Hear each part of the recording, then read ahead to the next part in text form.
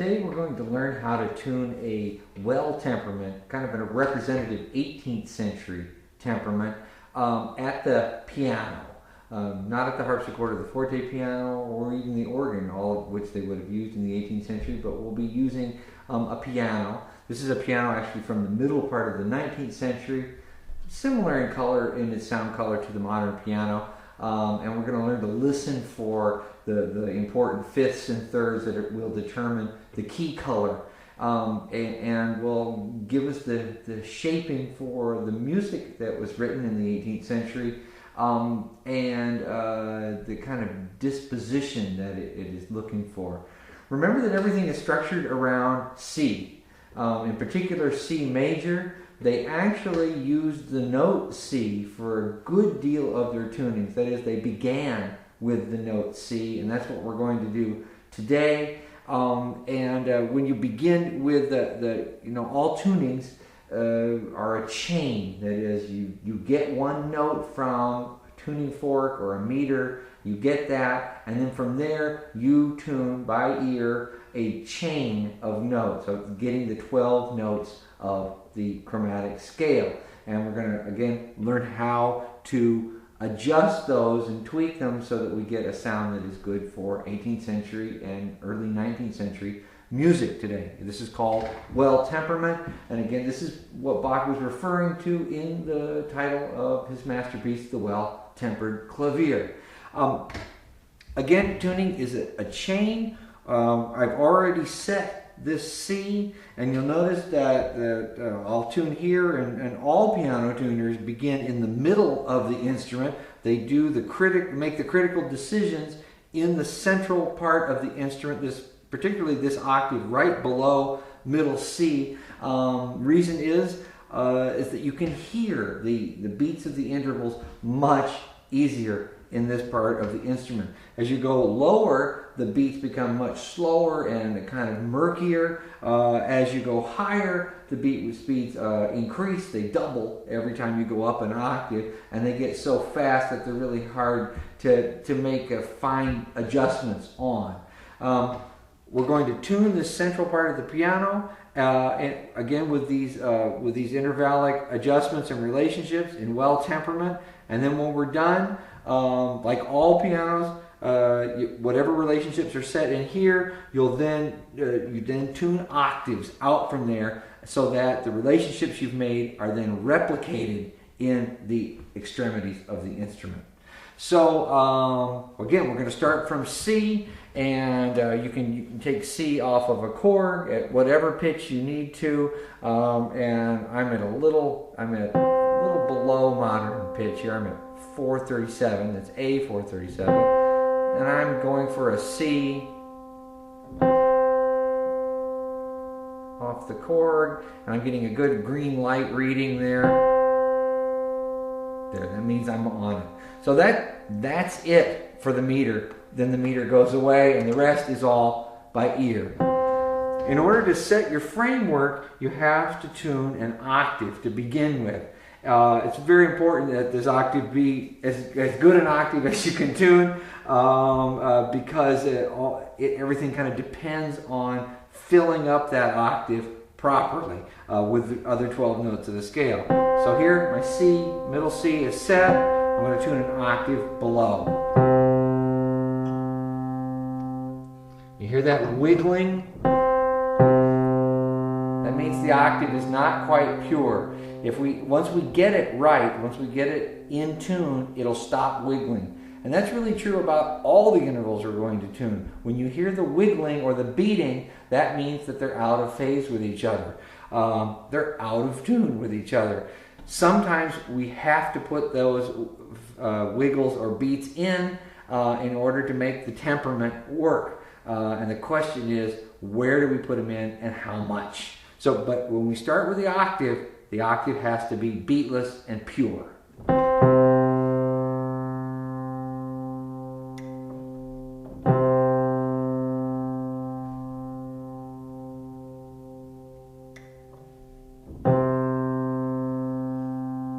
And here I'm trying to get it as still as possible. I always can hear the fifth up there. There's a G that's being generated in the overtones. You can wait for that to kind of hold still and bloom. That usually means you're in pretty safe waters for your octave. Like that. It's got a beautiful kind of eternal quality to it. So there's our first octave. The next interval to be tuned is the C to E relationship. And in the 18th century, when C major was still considered the most harmonious of all keys, they tuned it so that this C-E relationship, the primary, tertiary relationship in the key of C, had a stillness to it. You can hear the way it is set right now.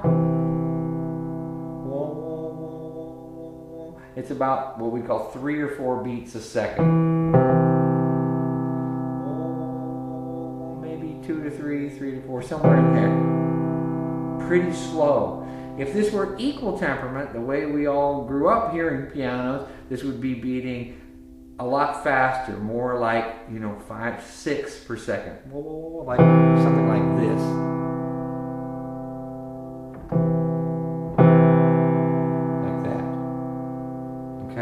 In the 18th century, they usually tune anywhere from pure,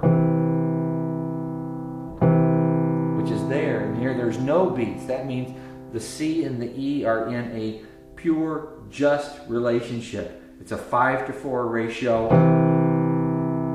It's almost like blowing into a Coke bottle, the sound is. It's very, very calm, low blood pressure.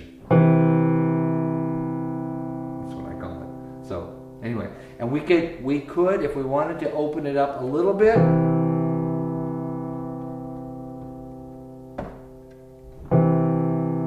do that. And that gives it a little bit of a spin, okay?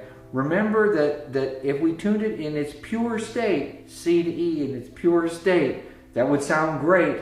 And if we tuned E to G sharp in its pure state, the G sharp to the E being also pure, that would be great. But the G sharp that results from that kind of tuning will have a huge catfight against the C that we began with.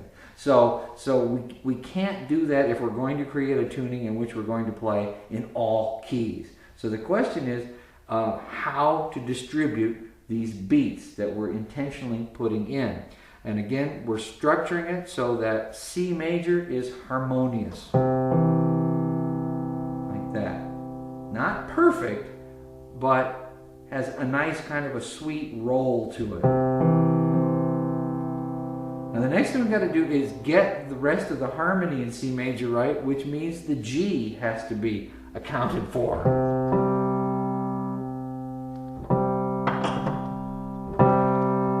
Right now, this G is wonderful against the C.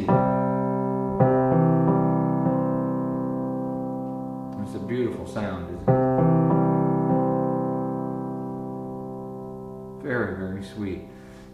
However, if we tune C to G in this pure fashion, that's called a pure fifth, a 3 to 2 ratio, and then we chain along from there G to D, which is also a fifth, a fourth in this case, inverted fifth, staying within our framework.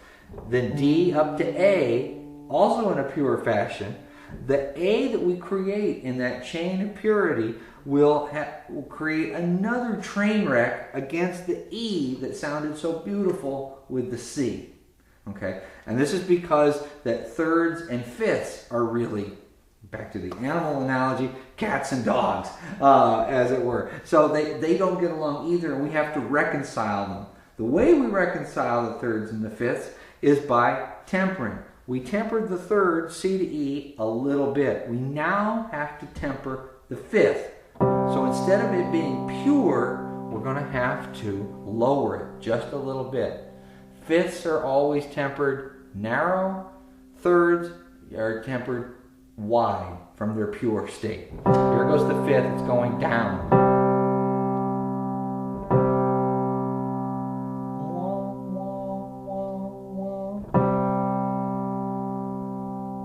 I tempered it. You can hear it when I roll the chord. You can hear this new spin has been introduced. It's beautiful, though. I mean, it's a different flavor, a different dialect, a different way of saying it. Now, and again, look at the big picture here. We started with C. We tuned E, which is down at 4 o'clock. Now we go back and we tune G and tempered it. Now the D and the A have to be put in there and put in so that they all fit. Okay? So I'm going to tune D off of that G.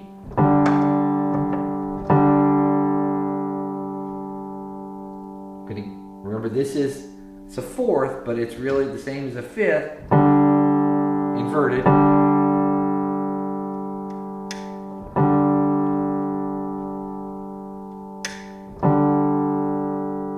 Start with it pure to the G that we've already tempered. Start with it pure and then temper it, okay? Because it's a fourth, that's an inversion of a fifth, we're going to widen it, lowering the note, just as we did with the G.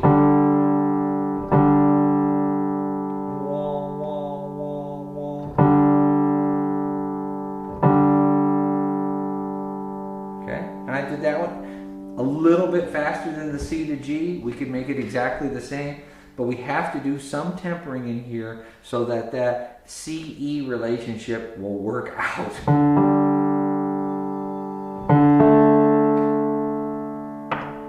And now the A.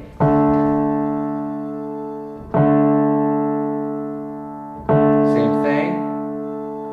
Tempered, narrow. And we'll check the A against the E that we already set at the beginning. Wah, wah, wah, wah. We could slow it down a little bit.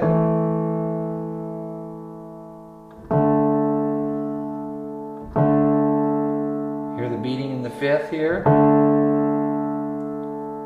And in the fourth here.